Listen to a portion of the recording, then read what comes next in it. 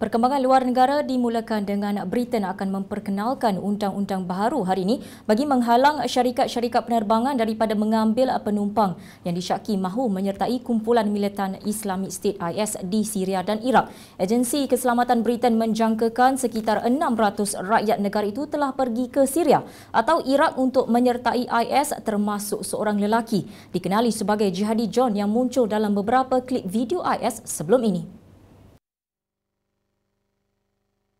Klip video tersebut memaparkan dia memenggal kepala beberapa tebusan kumpulan militan berkenaan. Di bawah peruntukan baharu itu, Setiausaha Dalam Negeri Theresa May diberi kuasa untuk menghalang syarikat penerbangan daripada membawa penumpang, termasuk kanak-kanak bawah umur yang dipercayai mahu menyertai aktiviti berkaitan keganasan.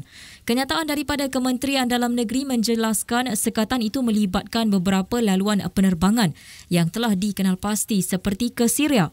Menteri Muda Kementerian Dalam Negeri James Brockenshire berkata undang-undang penting itu akan menyukarkan perjalanan golongan tersebut ke luar negara untuk menyertai kumpulan militan mahupun untuk pulang selepas itu. Peraturan baharu itu memerlukan syarikat penerbangan memohon kebenaran untuk menerima penumpang-penumpang yang berisiko. Senarai nama akan diberikan kepada syarikat-syarikat penerbangan bagi mengesan penumpang berisiko tinggi dan menghalang mereka daripada menaiki pesawat.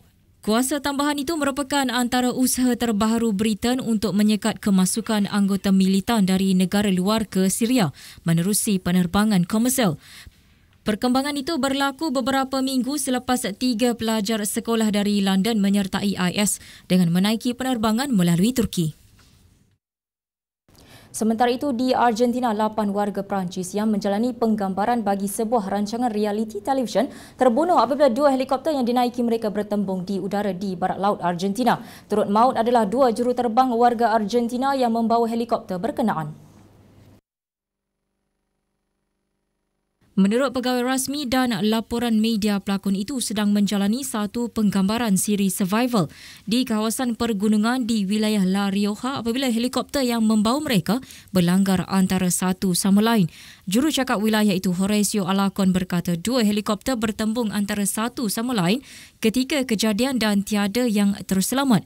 Namun keadaan cuaca adalah baik dan punca nahas masih belum diketahui. Sumber polis memberitahu bahawa mangsa nahas merupakan 8 penumpang warga Perancis dan 2 juruterbang warga Argentina.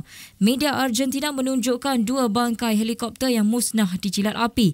Mereka terbunuh termasuk peserta yang terbabit dalam program realiti televisyen berkenaan. Ketika kejadian, mereka sedang melalui kawasan Quebrada El Yeso dan Quebrada Condado, kawasan terpencil di wilayah tersebut.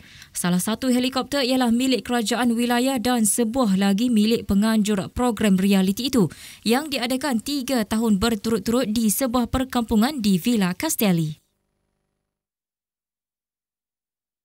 Presiden Ukraine Petro Poroshenko mengesahkan pemberontak pro-Rusia yang menguasai timur Ukraine telah menarik balik sejumlah senjata beratnya kemarin. Bercakap kepada televisyen tempatan, Poroshenko berkata sebahagian besar angkatan tenteranya juga telah diarahkan meninggalkan timur Ukraine, termasuk operasi roket dan sistem artileri berat.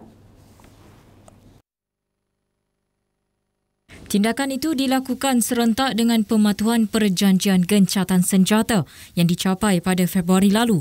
Pengunduran tentera itu juga dilihat sebagai jalan penyelesaian berpanjangan selepas berlaku tuduh-menuduh siapa yang melanggar gencatan senjata, sekaligus memberi ruang kepada Rusia mempertimbangkan kesan kehadiran tenteranya di Ukraine.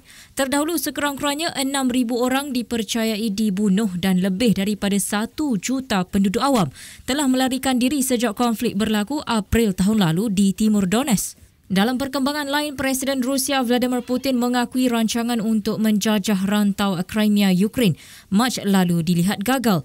Putin berkata beliau telah mengarahkan kerja-kerja membangunkan semula Crimea dipergiatkan sejak 22 Februari. Terdahulu, Setiausaha Luar Britain Philip Hammond menegaskan dasar Presiden Putin pada asasnya telah menjejaskan keselamatan negara berdaulat di Eropah Timur. Duta Amerika Syarikat ke Korea Selatan Mark Lippert dilaporkan meninggalkan Hospital Seoul hari ini selepas 5 hari dirawat akibat cedera dikelar oleh nasionalis Korea yang bersenjatakan pisau. Luka itu menyebabkan beliau cedera pada pergelangan tangan dan terpaksa menerima 80 jahitan di muka.